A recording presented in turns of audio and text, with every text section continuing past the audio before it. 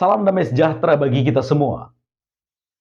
Pelajaran sekolah sahabat kita berjudul Perjanjian Allah dengan kita. Saya membagi pelajaran ini dalam 4 pertanyaan untuk mendapat garis besar dari pelajaran ini. Pertanyaan pertama adalah, apa inti dari perjanjian itu? Pada dasarnya, seluruh kehidupan kita ini adalah bagian dari perjanjian Allah. Tetapi berdasarkan Yohanes 3 ayat 16, inti dari perjanjian itu adalah keselamatan kita. Semua orang diundang kepada perjanjian itu.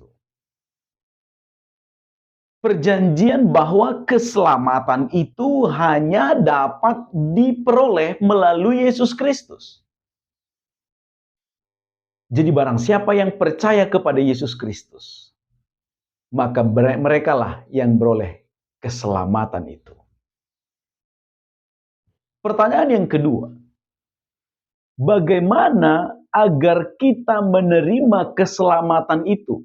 Ya, secara lengkap. Pertama, berdasarkan 1 Yohanes 5 ayat 13 dan juga Yohanes 6 ayat 29. Kita harus percaya kepada Anak Allah dan juga utusan Allah, yaitu Yesus Kristus yang adalah juru selamat. Yang kedua, berdasarkan Matius 10 ayat 22. Kita harus bertahan dalam perjanjian itu sampai pada kesudahan zaman ini. Yang ketiga, berdasarkan 2 Petrus 1 ayat 10 dan 11. Kita harus memiliki iman yang teguh kepada Tuhan, Sang Pemberi keselamatan itu. Kemudian pertanyaan yang ketiga, apa yang kita peroleh dari perjanjian itu? Pertama, berdasarkan Wahyu 2 ayat 10 yang kita bahas di awal, tentu bila mana kita setia, maka keselamatan itulah yang akan kita peroleh.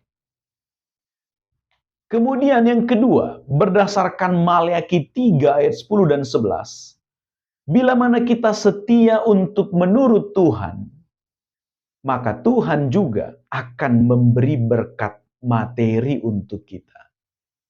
Penulis pelajaran kita menggunakan istilah ini adalah berkat pelengkap. Sehubungan dengan berkat materi ini akan dibahas lebih lengkap untuk pelajaran berikut.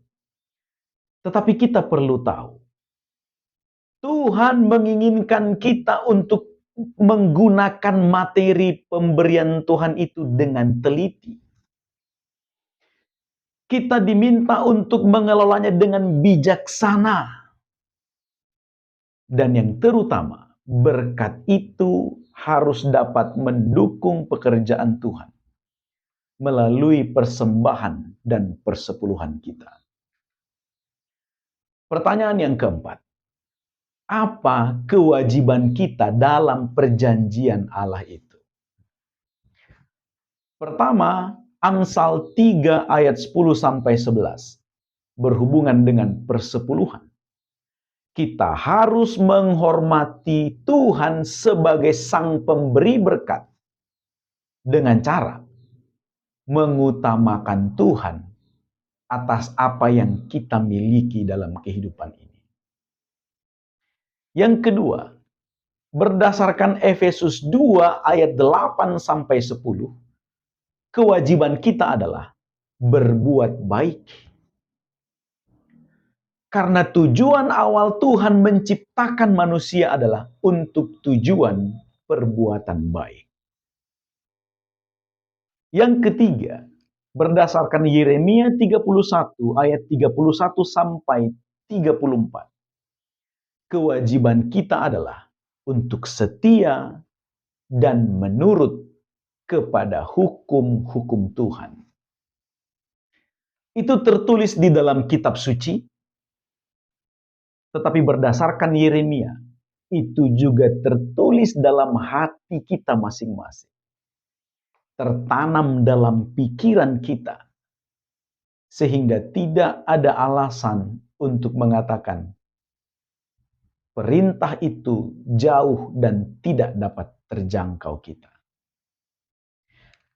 Kita semua mengerti, keselamatan itu adalah anugerah pemberian Tuhan.